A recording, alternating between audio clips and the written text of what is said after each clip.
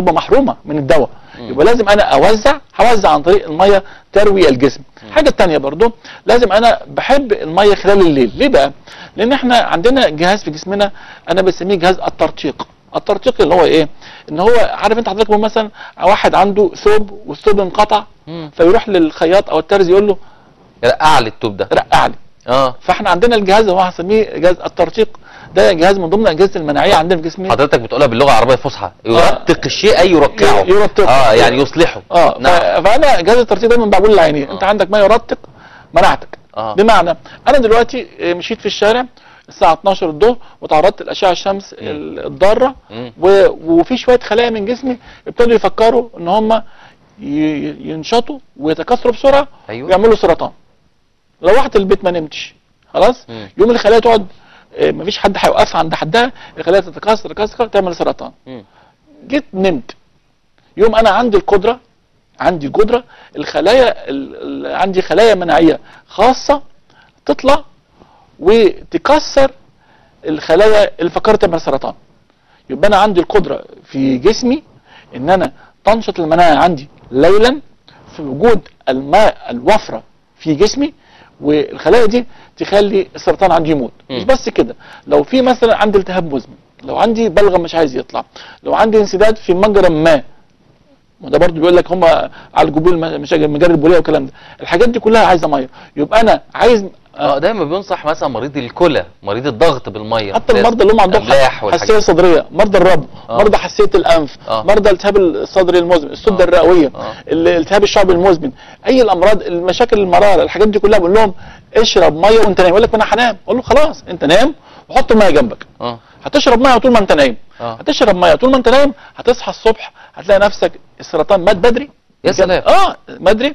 ولو انت عايز ما تعجزش، اللي ما بيشربش ميه طول النهار بيعجز، واللي ما بيشربش ميه خاصه طول الليل بيعجز بدري. يبقى اللي هيشرب ميه بالليل هيلاقي نفسه الصبح جلده اصبح. الواحد محتاج قد ايه في الميه في اليوم يا دكتور؟ ما يقلش على الكبار عن 8 اكواب، يعني لترين تقريبا. بس انا شخصيا بشرب من 3 ل 4. يا سلام. انا شخصيا بكتر من الميه. ومش بس كده، انا دلوقتي خليه برضو، يعني انا بشرب 3 4 لتر في اليوم، هخش الحمام كتير، معلش ايه المشكله؟ يعني الناس بتتضرر من ده، لكن ده ميزه. انا دلوقتي طول ما انا واقف بره دلوقتي كل زمايلك عزموا عليا يجيبوا لي جميع انواع المشروبات. فعلا لقيتك بتشرب ميه بس فقط. في كل مكان بيروح معايا مشروبات ميه برضه. بس فيها حاجات بقى اضافات. بس خلي بالك دي ميه نقيه وصافيه، ما فيهاش اي ولا مواد حافظه ولا صبغات. حتى البول اللي بيخرج ده ما هو ده فضلات، يعني بنضف جسمي. وانا بعتبر الميه ايه؟ نوع من الغسل. ايوه. يبقى انا بغسل جسمي.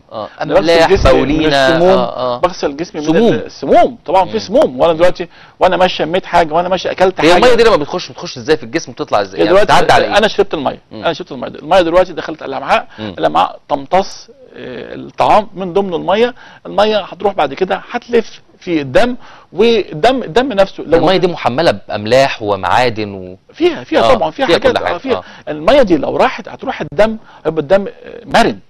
لو مفيش ميه هتدوب الدم لازم يتجلط.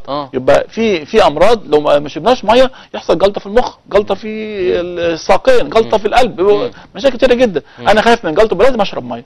يبقى لازم الدم ما يبقاش لازق عشان ما يلزقش. لازم الدم يتحرك في كل حته عشان يجري، لازم يتحرك في كل حته. لازم. وفي حاجه ثانيه اسمها الدوره الليمفاويه، لازم برضو عايزه ميه. يبقى لازم الدوره الليمفاويه والدوره الدمويه وجهاز المناعه خلايا، والخلايا دي ميه. كل ده ياخد من الميه اللي الكيمياء اللي بتطلع فين؟ الخلايا بتطلع الكيمياء بتاعتها في الميه. الاشارات بين الخلايا بالميه.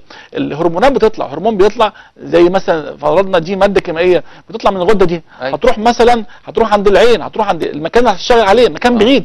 المكان البعيد ده سكه طويله، السكه الطويله دي عن طريق بحار ومحيطات وانهار موجوده داخل جسمي انا. قله الميه تعني وفاه.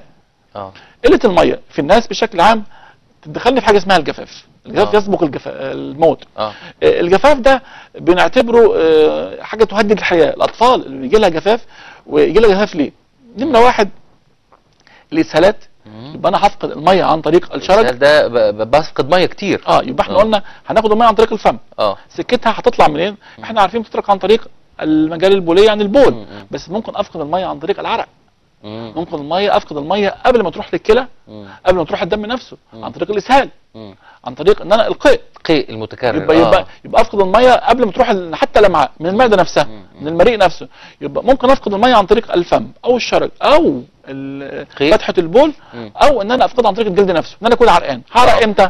هعرق ان انا بذلت مجهود وما شربتش ميه. عشان اقول لازم اللي بيلعب رياضه هيشرب ميه قبل الرياضه وبعد الرياضه وخلال الرياضه، اثناء الممارسه لازم اثناء. كان الاول بيقولوا لا الرياضيين وهو بيلعب ما يشربش ميه. لا لو ما عملتش كده هيجف هيبقى عنده جفاف بسيط، وبعد كده هيخليه يحصل بقى شد العضل وهيحصل الحاجات يبقى دي متعصب كلها. كمان، يبقى عصبي بطيء التركيز، هتجيله الكوره هو واقف قدام الجون هيدخلها بزميله. ايوه يبقى ده بيبقى ما شربش ميه. حتى اللي بيلعب تمارين عاديه يعني اللي في جيم او حاجه او عنده حتى في البيت جهاز ولا حاجه لازم يشرب الميه، لان الاداء الحركي والعضله بيخليني